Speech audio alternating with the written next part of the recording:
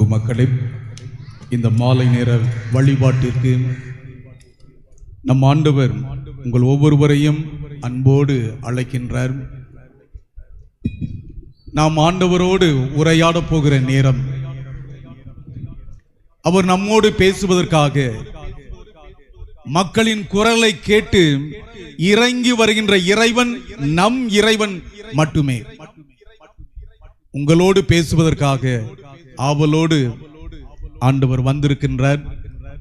நம் மத்தியில் பிரசன்னமாக இருக்கின்ற ஆண்டவரை அன்போடு நாம் வரவேற்போம். எல்லோரும் மனதையெல்லாம் ஒருமுகப்படுத்துங்கள். ஆண்டவரோடு பேச போறீங்க, வேற யாரோடும் நீங்கள் பேச வேண்டாம். ஒரு ஆண்டவரோடு 30 நிமிடங்கள் நாம் அவரோடு பேச போகிறோம். எனவே எந்த ஒரு பராக்குகளுக்கும் இடரலுக்கும் இடம் கொடுக்காமல் ஆண்டவரோடு நேரத்தை செலவழிங்க. ஆண்டவரால் கூடாத காரியம் ஒன்றுமில்லை. இது எனக்கு நடக்குமா என்ற எண்ணங்களோடு நாம் எல்லோரும் வந்திருப்போம். ஆண்டவர் சொல்கிறார், நான் உன்னோடு இருக்கிறேன், எல்லாம் முடியும். எனவே ஆண்டவர் பேசுவதை கருத்தாக நாம் கவனத்தில் எடுப்போம். அன்பு மக்கள் அனைவரும், ஆண்டவர் நம்மோடு பேச போவதனால், அன்று இஸ்ராயல் ஜனங்கள் அந்த சீனாய் மலை அடிவாரத்தில் நிற்கின்ற போது ஆண்டவர் பேசுகின்ற போது எழுந்து நின்றார்கள். நாமும் எல்லாரும் எழுந்து நிற்போம். ஆண்டவருக்கு என்று ஆலயம் கட்டுவதற்கு தாவீது ரொம்ப ஆசைப்பட்டான். அதை ஆண்டவரிடம் வெளிப்படுத்துகிறான். ஆண்டவர் சொல்றாரு, வேண்டாண்டா, நீ பண்ண வேண்டாம், உன் பையன் பண்ணுவான். அதனால நீ இந்த மக்களை ஒழுங்குபடுத்து, அவங்கள நல்லா வழி நடத்து, அது போதும் சொல்றாரு. தான் சாக போகிற தருணத்திலும் தன் பிள்ளையிடத்தில், மகனே, நான் ஆண்டவனுக்கு ஆலயம் கட்ட விரும்பினேன், நீ அதை மறந்துடாத. ஒவ்வொரு தகப்பனும் இந்த உலகை விட்டு செல்கின்ற போது தன் பிள்ளைக்கு அவன் கற்றுக் கொடுக்க வேண்டிய நற்பயிற்சி இது. உங்களுக்கு பின்பு உங்கள் பிள்ளைகள் இந்த இடத்தில் பெயர் சொல்கின்ற அளவுக்கு அவருடைய வாழ்வு இருக்க வேண்டும். எனவே நீங்களும் ஜெபியுங்கள், என் பிள்ளை பொறுப்போடு இருப்பான், ஆண்டவரால் கூடாத காரியம் எதுவும் இல்லை.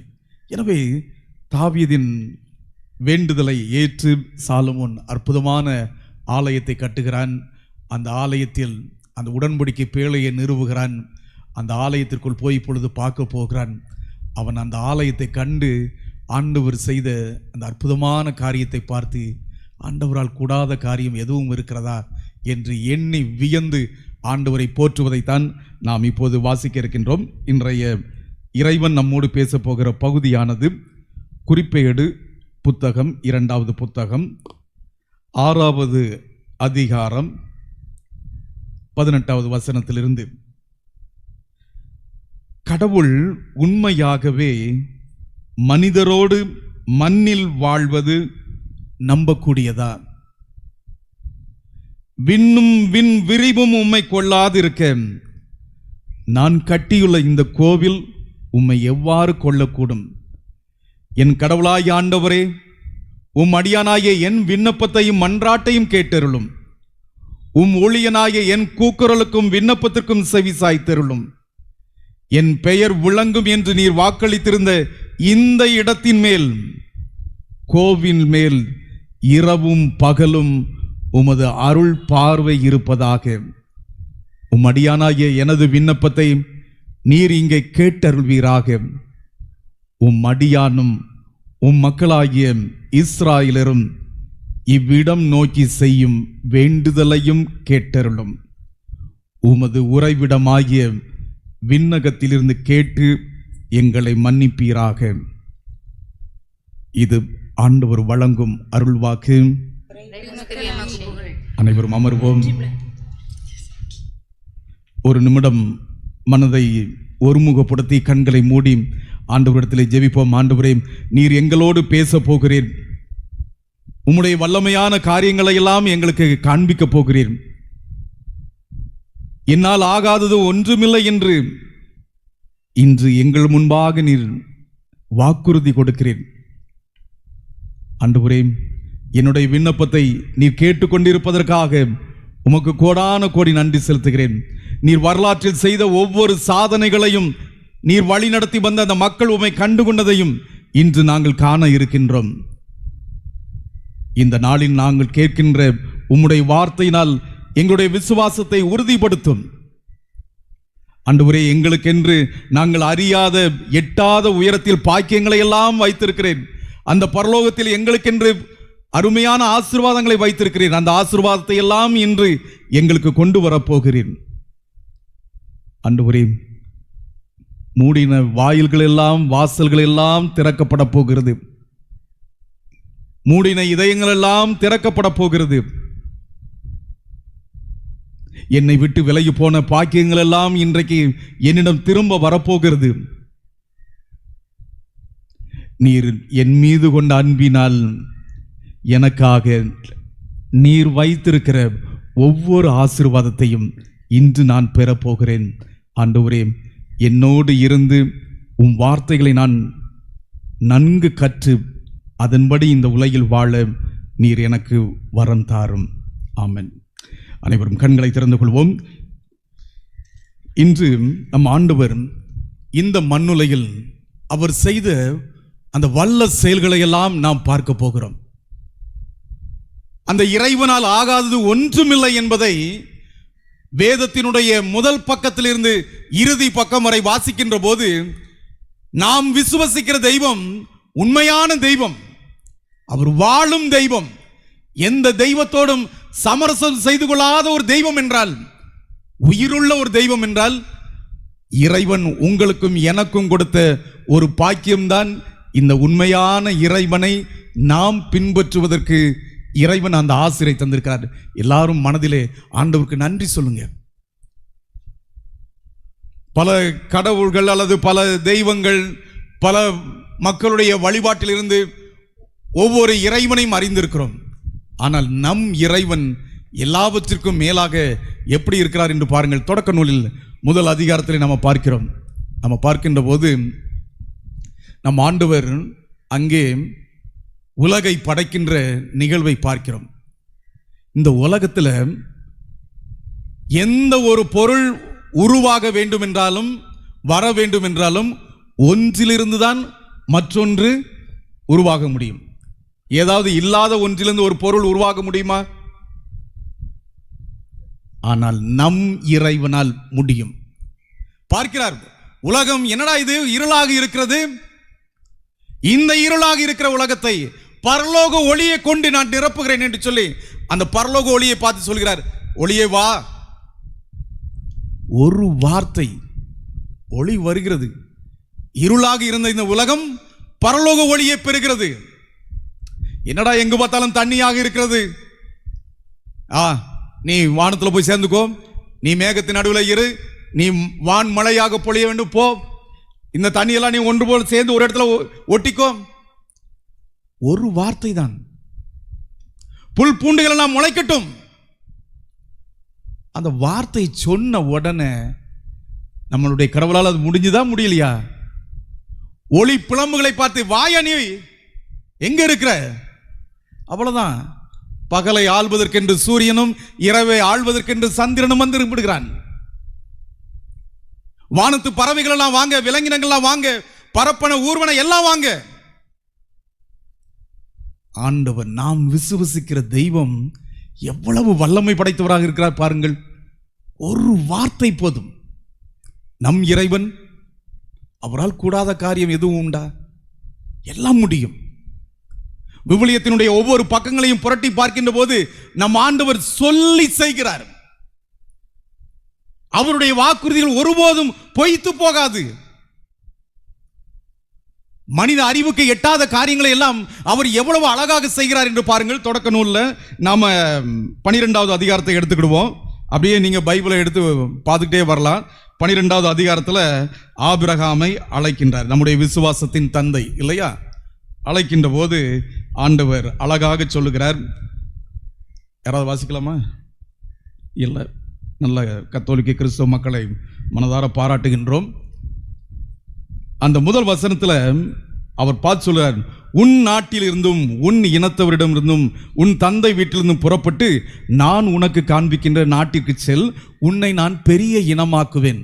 என் அன்பு மக்களே, எல்லாரும் நல்ல கவனமாக கவனிக்கணும், மறந்துடக்கூடாது. ஆண்டவர் தான் கொடுத்த வாக்குறுதியை எவ்வளவு அழகாக நிறைவேற்றுகிறார் என்று பாருங்கள். ஆபிரகாம் தன்னுடைய சொந்த பந்தத்தோடு குடியிருந்து வருகிறார், சந்தோஷமா இருக்கிறாரு.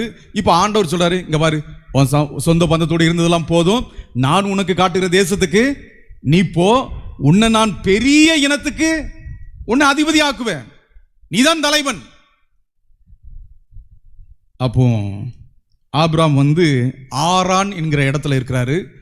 அவர் அந்த ஊரை விட்டு போகின்ற போது, எல்லாரும் கவனமாக கவனிச்சுக்கோங்க, வாசிங்க பார்ப்போம். 4வது வசனம். யாராவது?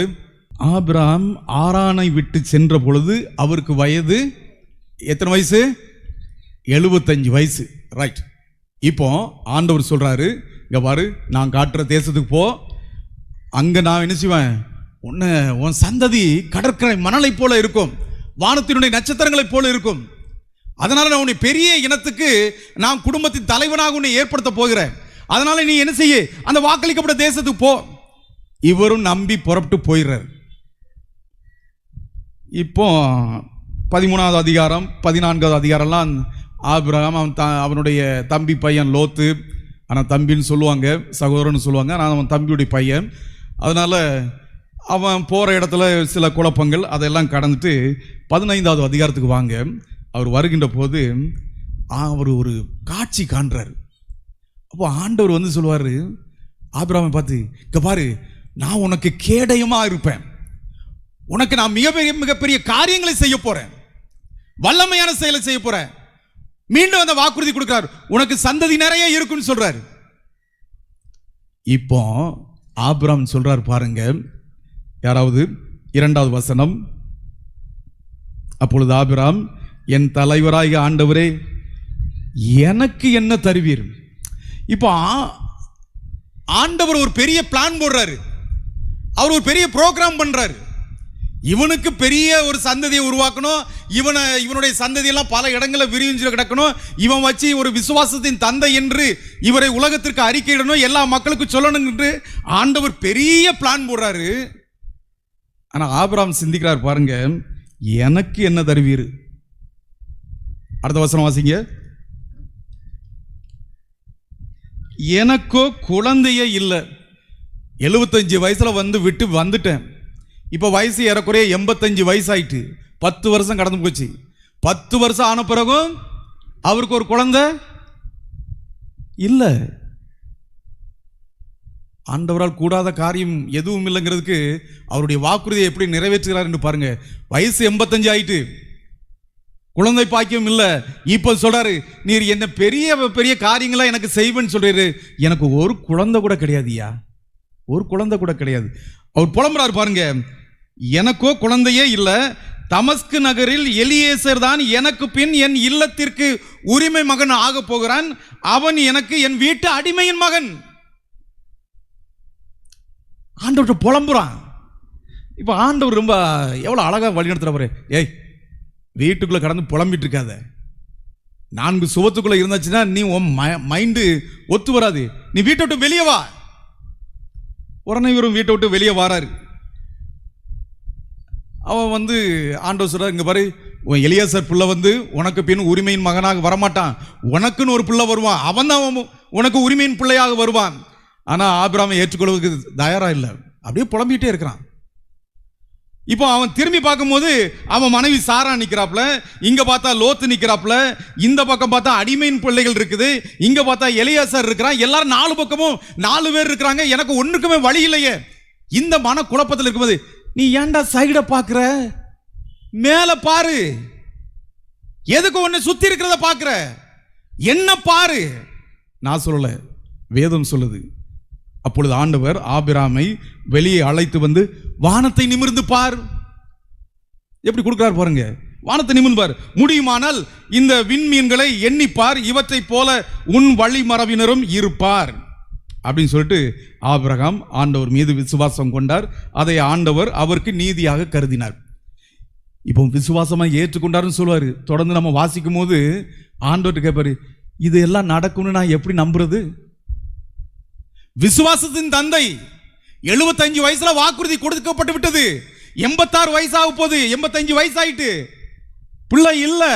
மீண்டும் ஆண்டவர் அவரை காட்சியில கொடுத்து இந்த பாரு, வானத்தை பாரு, உன் சந்ததி இந்த விண்மீன்களை போல இருக்குங்கிறாரு. இதை நான் எப்படி நம்புறது? எடு, 3 வயதுள்ள காளையை எடு, செம்மறியாட்டுக்கிடாவை எடு, வெட்டு, நம்ம 2 பேருக்கு ஒரு உடன்படிக்கை செய்வோம். நான் சொல்வது நடைபெறவில்லை என்றால் இந்த செத்த மாட போல ஆட போல நானும் இருக்க கடவுள் ஆண்டவர் சொல்றார். படைத்த மனிதனிடத்தில் ஆண்டவர் இப்படி ஒரு வாக்குறுதி கொடுக்கிறார் பாருங்க.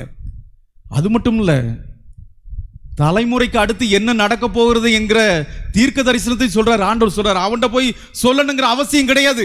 ஆனா சொல்றாரு. எப்படி சொல்றாரு பாருங்க. அதாவது 13வது வசனத்துல, நீ உறுதியாக தெரிந்து கொள்ள வேண்டியது, உன் வழிமரபினர் வேறொரு நாட்டிற்கு பிழைக்க செல்வர், அங்கே அவர்கள் 400 ஆண்டுகள் அடிமைகளாக கொடுமைப்படுத்தப்படுவர். இது நடந்துச்சா? நடந்துச்சா? யார் காலத்துல நடந்துச்சு? யாக்கோபு காலத்துல. இன்னும் ஈசாக்கு இருக்கான், இவர் காலம் இருக்குது.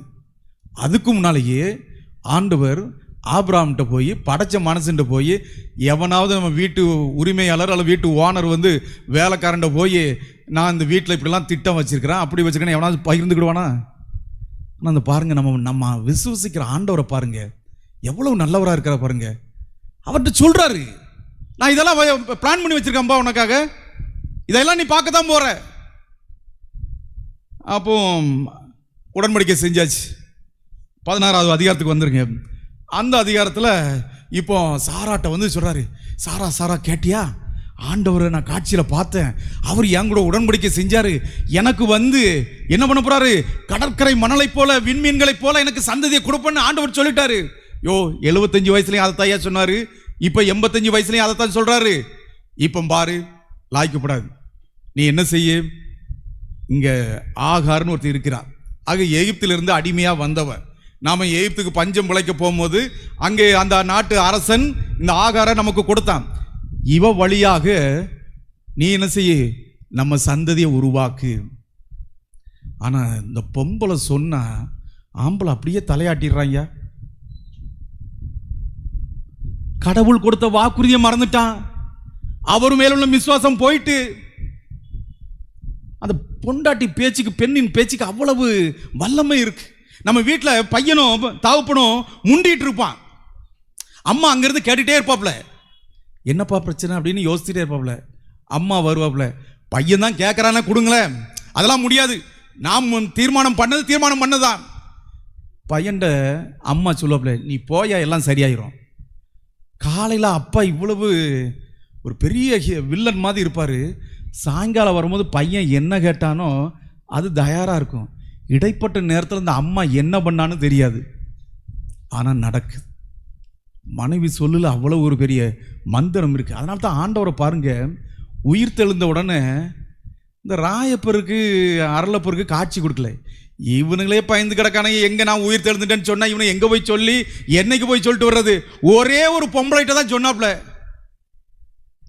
அவனுக்கு வீடு திரும்புற ஊரு ஃபுல்லா தெரிஞ்சிட்டு, அவருக்கு தெரியும் அந்த பெண்கள்கிட்ட அவ்வளவு பெரிய வல்லமை இருக்குண்டு. அதனால இங்க சாரா வந்து ஆண்டவர் இப்படிலாம் காட்சி கொடுத்துருக்காருன்னு சொன்ன உடனே, சும்மா கிடையா இந்த ஆகாரு, ஒரு பதிலும் கிடையாது இருந்தாச்சு. குழந்தையும் தரிச்சிட்டு பிள்ளையும் பிறக்க போகுது. வயசு என்ன? 16 தொடக்க நூல் 16 வாசிங்க பார்ப்போம். ஆகார் ஆபிரகாமுக்கு இஸ்மாயிலை பெற்றெடுத்த பொழுது அவருக்கு வயது 86. வாக்குறுதி எத்தனை வயசுல வந்துச்சு? 75 வயசுல வந்துச்சு. இப்ப 86 வயசுல தான் ஒரு பையனை பெற்றெடுத்திருக்காப்ல. ஆண்டவர் அப்படியா விட்டுருதாரா? இந்த பையன் நம்ம சொன்ன மாதிரி கேட்கலையே, இவனை விசுவாசத்தின் தந்தை என்று சொல்லி காலகாலத்துக்கும் ஆபிரகாமின் சந்ததின்னு நம்ம எல்லாரும் சொல்லி பெருமைப்படுற மாதிரி நம்ம திட்டம் போட்டு வச்சிருக்கிறோம். இந்த பையன் சாக்கடையில் போய் விழுந்திருக்கான்னு ஆண்டவர் கோவப்படலை. மறுபடியும் ஆண்டவர் தேடி வராரு. எத்தனாவது வயசுல மட்டும் பாருங்க, 17வது அதிகாரம் 1வது வசனம். ஆக 86 வயசுல இஸ்மாயில் பிறந்துட்டான். 99வது வயசுல வாராரு ஆண்டவர். விட மாட்டேக்காரு. எப்பா நான் சொன்ன மாதிரி செய், உன் சந்ததியை நான் பெருக்கோம்பா, நீ கவலைப்படாத, எல்லாம் பண்ணுவேன். அப்போ இந்த 17 பார்த்தீங்கன்னா, நானும் வயசாயிட்டு இனி போய் எனக்கு எங்க புள்ள பிறக்கும்? ஆபிரகாமும் சிரிக்கிறார். வாசிங்க பார்ப்போம். ஆபிரகாம் தாழ் பணிந்து வணங்கி நகைத்து, 100 வயதுல எனக்கு குழந்தை பிறக்கும், 90 வயது சாராவா குழந்தை பெறப்போகிறாள் என்று தமக்குள்ளே சொல்லிக்கொண்டார். அப்புறம் ஜெபிக்கிறாரு ஆபிரகாம், கடவுளிடம் மனசுக்குள்ள ஜெபிக்கிறாரு, உன் திருமுன் இந்த இஸ்மாயில் வாழ்ந்தாலே போதும். அவன் அடுத்து தாண்டி வர மாட்டேங்கிறான், நம்ப முடியல.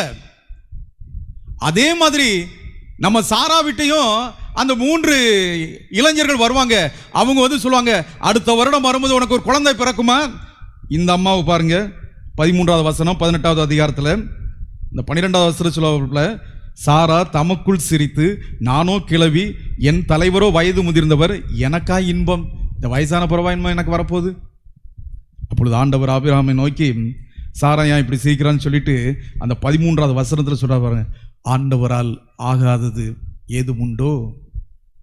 75 வயசுல அவருக்கு என்ன ஆயிட்டு, வாக்குறுதி கொடுத்தாச்சு. இப்ப 99 வயசுல அடுத்த வருஷம் உனக்கு பிள்ளை இருக்குது. 21வது அதிகாரத்தில் ஆண்டவர் சாராவின் மீது இரக்கம் காட்டுகிறார். தான் சொன்னபடியே வாக்குறுதியை நிறைவேற்ற போகிறார். அவருடைய கருப்பையை திறந்து வைக்கிறார்.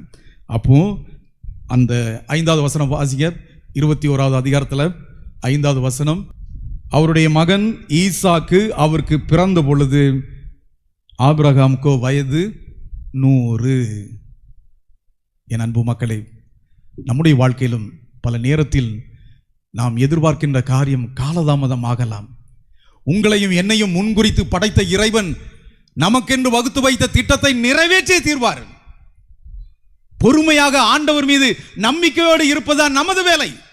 அவர் காலை சிக்கனப்படி பற்றி கொள்ள வேண்டும். அவன் யாக்கோபு சொன்னான்ல, நீர் என்னை ஆசீர்வதிக்கவில்லை என்றால் நான் உன்னை விடமாட்டேன் என்று சொன்னார் அல்லவா?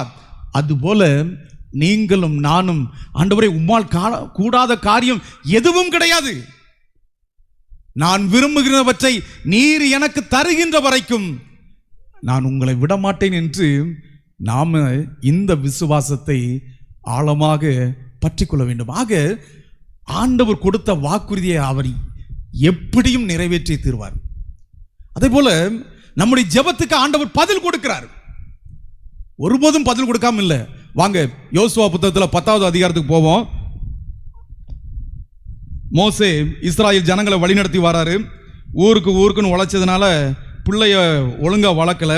அதனால மோசேக்கு பிறகு அந்த இஸ்ராயேல் ஜனங்களை வழி நடத்துவதற்கு அவன் வீட்டிலேருந்து நல்ல பிள்ளை வரல. அவன் காலடியிலே கிடந்த யோசுவா வருகிறார். நீங்களும் குடும்பத்தில் பொறுப்பாக பிள்ளைகளை வளர்க்கலன்னா உங்களுக்கு பின்னால் உங்கள் பிள்ளை பொறுப்பாக இருக்காது. நான் சொல்லலை, வந்து சாமி இப்படி சொல்லிட்டு போயிட்டாங்கன்னு நினைக்காது. வேதத்தில் அப்படித்தான் சொல்லப்படுகிறது. ஒருவேளை மோசே தன் பிள்ளையை உருப்படியாக வளர்த்திருப்பார் என்றால் அந்த 20 லட்சம் மக்களையும் வழி நடத்தக்கூடிய பொறுப்பு அவன் மகனுக்கு வந்திருக்கும். ஒருவேளை யோசுவா தன் பிள்ளையை உருப்படியாக வளர்த்திருப்பார் என்றால் அவனுக்கு பின்பாக அந்த இஸ்ராயேல் ஜனங்களை வழி நடத்துவதற்கு அவன் பிள்ளை வந்திருக்கும்.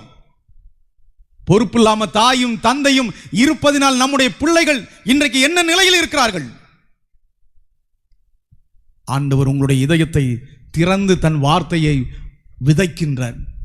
அந்த விதையை வளர வைக்க வேண்டியது உங்களுடைய பொறுப்பு. எனவே யோசுவா இப்பொழுது இஸ்ராயேல் ஜனங்களை வழி நடத்தி கொண்டிருக்கிறார். அப்பொழுது இந்த 10வது அதிகாரத்தில் நீங்க தொடக்கத்திலே வாசிட்டே வாங்க. அதுல முதல்ல ஆயி நகரத்தை கைப்பற்றுவாங்க. அடுத்து எரிகோ நகரம், அது நம்ம எல்லாருக்கும் தெரியும். அந்த மதில் சுவர் எல்லாம் விளத்தாட்டுறாங்க. இதை முடிஞ்ச உடனே கிபையான்ங்கிற இடம் வருது பார்த்துக்கோங்க. அந்த நாட்டு அரசன் என்ன பார்க்குறான், பெரிய பெரிய நகரமான ஆயி எரிக்கோவெல்லாம் வீழ்த்திட்டாங்க, நம்ம ஏன் சண்டை போடணும்னு சொல்லி சமாதானம் ஆயிட்டாங்க.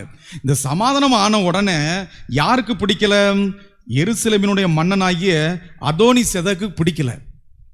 அவன் உடனே என்ன செய்யறான், தன் பக்கத்துல இருந்த 4 நாட்டு மன்னர்களை கூப்பிடுறான். 3வது வசனத்தை பார்த்தீங்கன்னா 10வது அதிகாரம் 3வது வசனத்துல எபிரோன் மன்னன் ஓகாம், யார்முத்து மன்னன் பிராம், இலகாயிசு மன்னன் யாப்பியா, எக்லோன் மன்னன் தெபீர், இவங்க எல்லாரையும் கூப்பிட்டு, இந்த பையன் இந்த கிபையோன் இருக்கான் பார்த்தீங்களா, இந்த நாட்டுக்காரன் நம்ம சொல்லுபடி கேட்கல, இஸ்ராயேல் ஜனங்கள் பக்கமா நிற்கிறான், அதனால் நம்ம எல்லாரும் போய் சேர்ந்து போய் என்ன செய்வோம், தாக்குவோம்னு சொல்றாப்புல. உடனே இவங்க எல்லாரும் தாக்க வராங்கன்னு சொன்ன உடனே இந்த கிபையோன் அரசன் போய் நம்ம யோசுவாட்ட போய், ஐயா நாங்க உங்களுக்கு சப்போர்ட் பண்ணதுனால எங்களை கொல்றதுக்கு வராங்க ஐயா. கவலைப்படாதல, என் ஆண்டவர் உயிருள்ள இறைவன், அவர் செத்த கடவுள் இல்ல, உனக்கு பாதுகாப்பா இருப்பார், நீ போ. யோசுவா ஆண்டவர்கிட்ட கேட்கிறாரு. ஆண்டவர் சொல்றாரு, நீ அவங்க முன்னால அஞ்சாத. 8வது வசனம், அவர்களை உன் கையில் ஒப்படைத்துள்ளேன், அவர்களில் ஒருவனும் உன்னை எதிர்த்து நிற்க மாட்டான்னு சொல்லிட்டு ஆண்டவரை, நம்மளும் கோபத்துல ஆண்டவர் நம்மள மாதிரி தான் இருக்கிறாரு. சண்டை வந்துட்டு நம்ம கையில் கிடக்கிற கல் எடுத்து எரியோம் பத்தில, அதே மாதிரி ஆண்டவரும் வானிலிருந்து கல்லை தூக்கி எறிறாரு. வாசிக்கலாமா? 11வது வசனம், அவர்கள் இஸ்ராயலிடமிருந்து பெத்கோரானுக்கு தப்பி ஓடுகையில் ஆண்டவர் அவர்கள் மீது அசேக்கா வரையும் பெரும் கற்களை வானத்திலிருந்து பொழிகிறார், ஏறுகிறார். அங்கிருந்து போட்டுக்கொண்டு, இஸ்ராயலரின் வாளால் கொல்லப்பட்டவர்களை விட கல்மலையால் இறந்தவர்கள் அதிகம். இப்போ 12வது வசனத்துல நம்ம யோசுவா ஆண்டவர்கிட்ட ஜெபம் பண்ணிட்டு அவர் ஒன்று சொல்றாரு பாருங்க, ரொம்ப அழகாக இருக்கும். கதிரவனே கிபையோனில் நில், நிலாவே சந்திரனே நீ ஐனோன் பள்ளத்தாக்கில் போய் நில்லு. ஒரு சாதாரண மனிதன் இறைவனால் படைக்கப்பட்ட அந்த வஸ்துக்களை இவன் வார்த்தை சொல்ற நில்லுங்கிறான். அது பாருங்க, கதிரவன் நடு வானில் நின்றது, ஒரு நாள் முழுவதும் அது இறங்குவதற்கு, மேலிருந்து கீழே இறங்குவதற்கு வரவே இல்லை. ஒரு நாள் ஃபுல்லா அந்த இடத்துல ஸ்டாப் ஆகி நிக்குது. கிபையோனுங்கிறது அந்த மக்கள், அவங்களுக்கு ஃபுல்லா வெளிச்சம். அடுத்து 14வது வசனத்தை பாருங்க, ஆண்டவர் மனித குரலை கேட்டு இஸ்ராயலுக்காக போரிட்ட அந்நாளை போன்று அதற்கு முன்னும் பின்னும் இருந்ததில்லை. என் அன்பு மக்களே, நம்முடைய ஜெபத்தை ஆண்டவர் கேட்கின்றார். அந்த விசுவாசத்தோடு யோசுவாவுக்கு இருந்து பாருங்க, நானும் என் வீட்டாரும் ஆண்டவரையே நாங்கள் வணங்குவோம், தொழுவோம், ஆராதிப்போம், ஒருபோதும் எங்க குடும்பம் அவரை விட்டு விலகாது. நாம துணிஞ்சு சொல்ல முடியுமா? யோசுவா குடும்பத்தை போல என் குடும்பமும் ஆண்டவரை முழுமையாக தொழுகின்றது. இந்த ஞானப்பிரகாசியர் 23 வயசுல ஒரு புனிதராக மாறி இருக்கிறாரே, அவரை போல என் குடும்பம் இந்த ஆண்டவரை முழுமையாக பற்றி கொண்டு வாழ்கிறதா? அப்படி இருக்கும் என்றால் நாம சொல்ற ஜெபத்துக்கு ஆண்டவர் கனிவோடு இறங்கி வருகிறார். அதே போல 1 அரசர்கள் புத்தகத்தில் 18வது அதிகாரத்தில் பார்க்கிறோம். அங்கே எலியா இருக்கின்ற போது அவர் செய்கின்ற பாருங்க வல்லமையை பாருங்க. இசபேல் வந்து அவனை கொல்லணும் பார்க்கறாப்ல, ஆகாபு அவனை ஒழிக்கணும்னு பார்க்கறாப்ல. ஓபதியாங்கிற ஒரு நல்ல பையன் இருக்கிறான், அந்த ஓபதியாட்ட சொல்றாப்ல, இங்க பாரு அரசனை ஆகாப்பை நான் பார்க்கணும், அவனை சந்திக்கிறதுக்கு ஏற்பாடு பண்ணு. நாடே உமக்கு எதிராக நிக்குதியா, உன்னை அடிச்சு கொள்றதுக்கு எல்லாம் தயாரா இருக்கிறாங்க. அப்படி இருக்கும்போது நான் போய் நீர் உயிரோடு இருக்கிறேன் நான் பார்த்தேன் என்று சொன்னால் எனக்கு உயிர் கிடையாது, நீரே வந்து பார்த்துக்கோரும். ஆகாவிட்ட நேரா வந்து நிக்கிறாப்ல, நீ தான் இஸ்ராயல் வீட்டின் கலகக்காரனா, உன்னை அழிச்சொலிக்கிறோம் பாரு, என்னையா நீ பண்ற? இறைவாக்கினர்களை கூப்பிடு. 450 பேர் பாகால் இறை போலி இறைவாக்கினர்கள், அஸ்ராவை சார்ந்த ஒரு 400 இறைவாக்கினர்கள், எல்லாரையும் கூப்பிடு. வாங் கடவுள் பெரிய கடவுளா, ஏன் கடவுள் பெரிய கடவுளா, இன்றைக்கே முடிவு பண்ணுவோம். இந்த இஸ்ராயல் ஜனங்களே, நீங்க இதை பாருங்க, ஒண்ணுல என் பக்கம் நில்லுங்க, இல்லட்டா அந்த பாகால் தெய்வத்துக்கு போங்க. 2 காளை மாட்டை கொண்டு வா, நீ ஒன்னு எடுத்துக்கோ, வெட்டு, அதுல தண்ணி ஊத்தி என்னன்னாலும் செய். மேலே நெருப்பு இறங்கி வந்து இந்த பழி பொருளை சுட்டெரிக்கணும். இதான் போட்டி. இந்த எலியா எப்படி நக்கல் பண்றாரு பாருங்க. இவனை எல்லாம் அந்த பாகால் இறைவாக்கினர் வந்து காளையை வெட்டி வச்சுட்டு ஒரே ஆட்டம், நம்ம கோயில் முன்னால சாப்பிட்றதுக்கு முன்னால ஆடுற மாதிரி அவனும் என்ன செய்யறானுங்க, ஆடுறானுங்க. இது இன்னைக்கு நம்ம மக்கள் கேட்குறாங்க, இதெல்லாம் இல்லாட்டா கத்தோலிக்க கிறிஸ்தவத்தில் எங்க ஃபாதர் திருவிழா, ஒரு ஜாலியா, கொஞ்சமாவது நமக்கு ஞானம் வேண்டாமா? நம்மிடமிருந்து பிரிந்து போனவன் தானே சிஎஸ்ஐக்காரன், பெந்தகோஸ்தைக்காரன், அவன் எவனாவது இப்படி ஆட்டம் போடுறானா, எவனாவது சினிமா பாட்டை போடுறானா? நம்மளிடமிருந்து பிரிந்து போனவன் ஒழுக்கமா இருக்கிறான். உரிமை குடிமக்களாகிய நாம தரம் கெட்டவர்களாக மாறிக்கொண்டிருக்கிறோம். அதனாலதான் இந்த இடத்துல தான் நற்கருணைநாதர், நான் உங்க ஊரை சொல்லப்பா, எனக்கு உங்களை பற்றி தெரியாது, பொதுவா இன்னைக்கு இருக்கக்கூடியதை வச்சு சொல்லிடுறேன், நீங்களும் அப்படி இருந்தா என்ன செய்யலாம்னு முடிவு பண்ணிக்கோங்க. இந்த இடத்துல தான் திவ்ய நற்கருணைநாதர் பவனி இருக்கும். இந்த இடத்துல தான் நம்ம பரிசுத்தமாக பவனி போவாங்க. இந்த இடத்துல தான் 23 வயசுல தன்னுடைய வாழ்க்கையை முடித்துக் கொண்ட புனித ஞானப்பிரகாசியர் பவனியா போவாரு. இந்த இடத்துக்குள்ள அவுத்து போட்டு ஆடுறவன் ஆட்டம் போட வந்து நிற்பா. இதுக்கு கைதட்டி சிரிக்கிறதுக்கு கத்தோலிக்க கிறிஸ்தவ மக்களாகி நாம கோடிக்கணக்கில் பணத்தை செலவழிக்கிறோம். சரி, விட்டுரும். அது உங்கள் பாடு ஏன் பாடு. ஆனால் கடைசியில் ஆண்டவர் இந்த பொறுப்பையெல்லாம் எங்ககிட்ட தான் ஒப்படைச்சிருக்கிறார். உங்களை விட எங்களுக்கு தான் அடி நல்லா இருக்கு, இந்த மக்களை ஏன் ஒழுங்காக வழி நடத்தலன்ட்டு அவருக்கு தான். அதனால இப்போ இங்கே பாருங்க, இவர் பழிப்பொருளை வெட்டியாச்சு, நேரம் ஆகிக்கிட்டே இருக்கு. இவர் சொல்றாரு, ஏன் உங்கள் ஆண்டவர் ஆழ்ந்த உறக்கத்தில் இருப்பார், கொஞ்சம் என்ன செய்ய தட்டி எழுப்பிடுங்க, இல்லட்டா வேற எதையாவது கவனிச்சுட்டு இருப்பாரு, இல்லட்டா அந்த இது என்னது ஒருவேளை தூங்கிக்கிட்டு இருப்பாரு. அதை சொன்னா கூட பரவாயில்ல, ஒதுக்குப்புறமா போயிருப்பாரு. அதனால கொஞ்சம் தட்டி எழுப்புங்க. உடனே இவனும் வாளால வெட்டி எடுத்து ரத்தமா பண்ணுவாங்க. ஒன்னத்துக்கும் லாய்க்கு இல்லை. மாலை நேரம் ஆகிறது. மாலை நேரம் ஆன பிறகு அந்த இப்போ சொல்லுவான் பாருங்க, எலியா நம்ம காலமட்ட வெட்டில் அதை 12 கோத்திரங்கள் நீங்கள் இருக்கிறீங்க, 12 கல்லை வச்சு அந்த ரொம்ப அழகாக அந்த பலிப்பிடத்தை கட்டி அதில் காலமாட்டை வச்சு 4 குடம் தண்ணி எடுத்து ஒரு 3 தடவை ஊற்ற சொல்லுவார். பெரிய வாய்க்கால் விட்டுருவார், ஃபுல்லாக தண்ணி நிறைஞ்சி கிடக்கும். இப்போ ஜெபம் பண்ணுவார் பாருங்க எலியா, ஆண்டவரே நீங்கள் உண்மையான கடவுள் என்றால் உங்களால் ஆகாதது ஒன்றுமில்லை. மனுஷன் கேட்குறான், ஆண்டவரும் வானத்திலிருந்து நெருப்பை கொண்டு அந்த பழிப்பொருளை சுட்டரிக்கிறார். பாருங்க, ஒரு மனுஷன் வேண்டினதுக்கு ஆண்டவர் செவிசாய்க்கிறார். அவரால் கூடாத காரியம் எதுவும் இருக்கிறதா? இந்த எலியாவிடம் இருந்த இந்த விசுவாசம் நம்ம வீட்டில் இருக்கணும். நாம் அந்த படிப்பினை கற்றுக்கொள்ள வேண்டும். நமக்கு முன்னால் வாழ்ந்தவர்கள் இப்படி வாழ்ந்திருக்கிறார்கள். பிரச்சனை வருகிறதா? ஆண்டவர் எவ்வளவு அழகாக அவர்களை வழி நடத்துகிறார் பாருங்கள். இஸ்ராயல் ஜனங்கள் எகிப்திலிருந்து வெளியே வராங்க. ஏறக்குறைய யூத ஜனங்களை நடமாடக்கூடிய ஆடவர்கள் மட்டுமே 6 லட்சம். மறுபடியும் வயசானவங்க, பிள்ளைகள், அவங்களோட சேர்ந்து பல இன மக்கள் பெருந்திரளா வராங்க. சுமார் 20 லட்சம் மக்கள் வருகிறார்கள். எல்லாம் ரொம்ப அழகா வராங்க. செங்கடல் வருது. செங்கடல் வந்த உடனே இப்போ இஸ்ராயல் ஜனங்களுக்கு ஒரே இது, என்னடா செங்கடலை எப்படா கடக்கிறது? திரும்பி பார்க்கானுங்க, எகிப்திய மன்னனுடைய பார்வோன் படைகள்லாம் திரும்ப வருது. ஏன்னா இவன் 20 லட்சம் பேர் அந்த ஊரை காலி பண்ணிட்டு போயிட்டா, நம்ம இருக்கிற அந்த 1000 பேர் அந்த ஊரை காலி பண்ணிட்டாலே வெறிச்சோடி கிடக்கும். அந்த எகிப்துல 20 லட்சம் பேர் ஊரை காலி பண்ணிட்டு போனா அந்த ஊர் எப்படி இருக்கும்? என்னையா நீங்க அவசரப்பட்டு விட்டுட்டீங்க, நமக்கு ஒரு புள்ள போனா அடுத்த பிள்ளை பெத்துக்கிடலாம், அதுக்காக இந்த 20 லட்சம் பேர் அடிமை நமக்கு கிடைப்பானா? யார் இந்த வேலையை செய்ய முடியும்? என்னடா செய்யறது? 600 தேர்ப்படைகள் எடுங்க, நல்ல திறமையான வீரர்கள் எடுங்க, விரட்டி போவோம். இப்ப இவன் விரட்டி வாரான். இங்க செங்கடல், எல்லாரும் மோசையை பிடிச்சு சண்டை போடுறான். அவன் கூட பிறந்த ஆரோனும் மிரியாமும் அவனுக்கு எதிராக முணுமுணுக்கிறாங்க. என்னையா செய்யறது? எகிப்துல சவக்குழிகள் இல்லை என்ற இந்த கடலுக்கு முன்னால் நிறுத்திருக்கிற இந்த கடலுக்குள்ள நாங்க குதிச்சு சாகணுமா? கடலுக்குள் குதிக்காதே, கடவுளின் கரத்திற்குள் குதி. இதான் ஒரு தலைவன், வழி நடத்தக்கூடிய தலைவனுடைய விசுவாசத்தை பாருங்க. நீ கடலுக்குள்ள குதிக்கல, கடவுளின் கரத்திற்குள் குதிக்கிறாய். ஆண்டவர் மோசையை பார்த்து, ஏன்டா என்ன நோக்கி அழுதுட்டு இருக்கிற? உனக்கு தானே அந்த வல்லமை கொடுத்தான்ல, உலகை படைத்த இறைவன் நான் உன்னோடு இருக்கும் போது நீ எதுக்கு அழுற?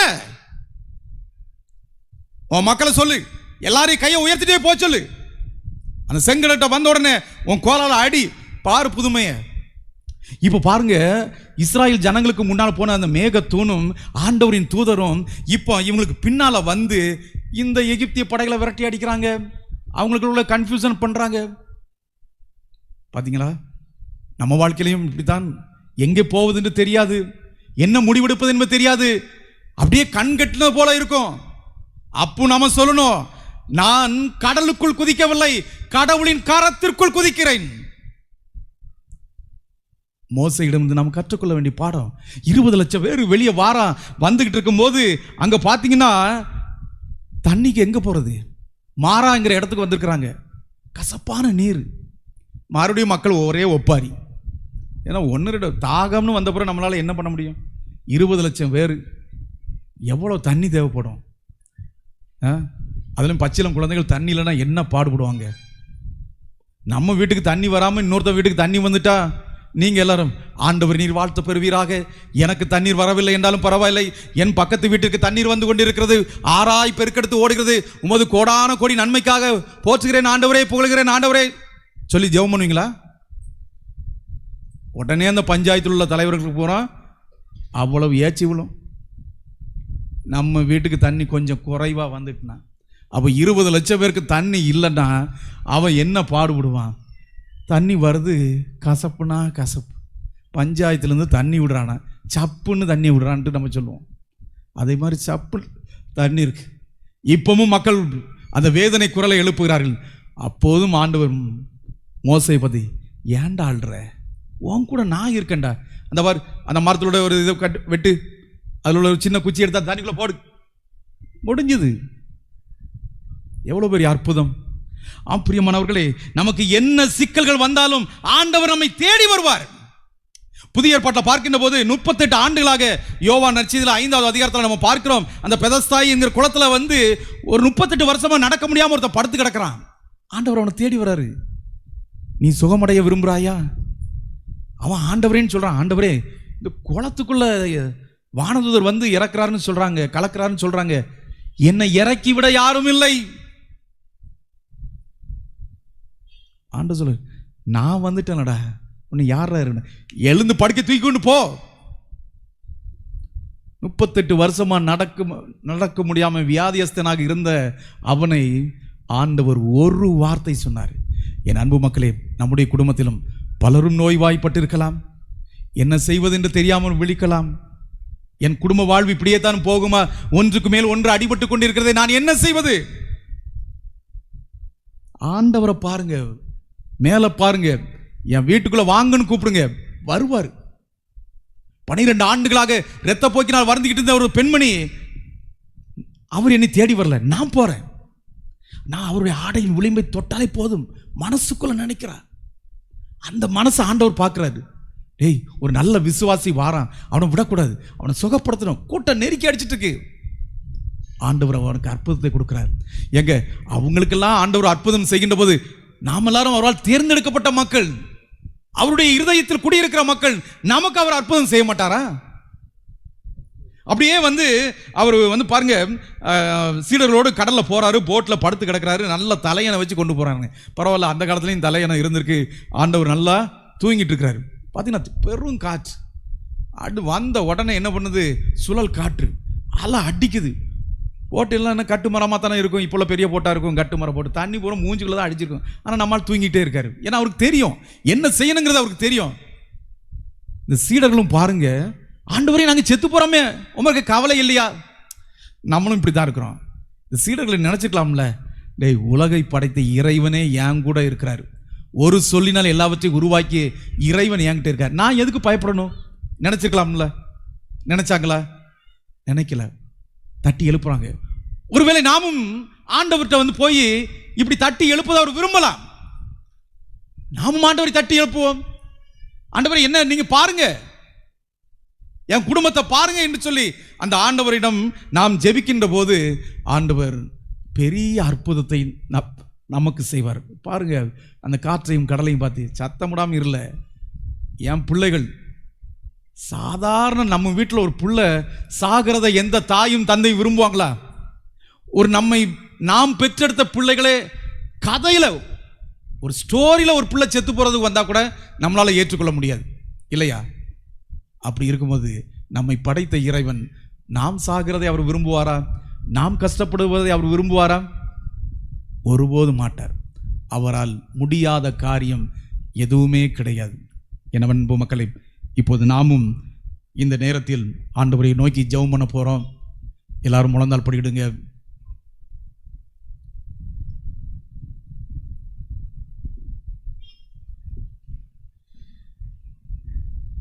மனதையெல்லாம் மீண்டும் ஒருமுகப்படுத்தி ஆண்டவர் வரலாற்றில் செய்த ஒவ்வொரு நிகழ்வுகளையும் நாம் இன்று திருப்பி பார்த்தோம்.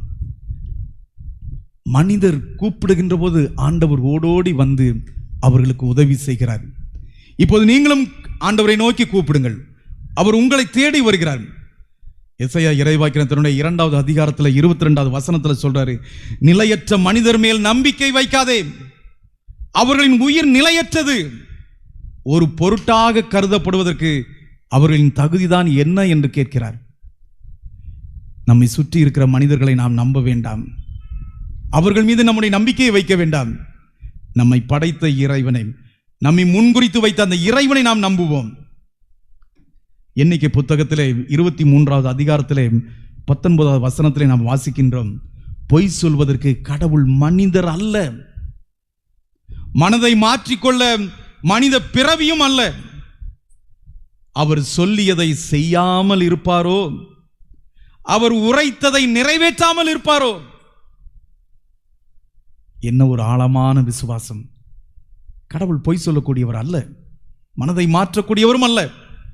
எரேமியா புத்தகத்திலே 33வது அதிகாரத்திலே 3வது வசனத்திலே அந்த இறைவாக்கினர் வழியாக ஆண்டவர் சொல்கிறார், என்னிடம் மன்றாடு, உனக்கு நான் செவி சாய்க்கிறேன், நீ அறிந்திராத மாபெரும் செயல்களையும் மறைபொருள்களையும் நான் உனக்கு விளக்கி கூறுவேன் என்று சொல்கிறார். ஆம் பிரியமானவர்களே, ஆபத்து காலத்தில், துன்ப காலத்தில் என்னை நோக்கி கூப்பிடு, உங்களை காத்திடுவேன் என்று தாவீது அரசர் பாடினாரே தன்னுடைய திருப்பாடல் 50:15. நம்முடைய துன்ப வேளையில் ஆண்டவரை நோக்கி கூப்பிடுவோம். ஆண்டவரால் ஆகாத காரியம், கூடாத காரியம் எதுவும் கிடையாது. அந்த உயிருள்ள தெய்வம் உங்களோடு இருக்கிறார். உலகை படைத்த இறைவன் உங்கள் சார்பாக நிற்கிறார். உங்களையும் உங்கள் குடும்பங்களையும் அவர் நிரம்ப ஆசீர்வதித்து உங்களை அனைவரையும் வழி நடத்துவார். ஆமென்.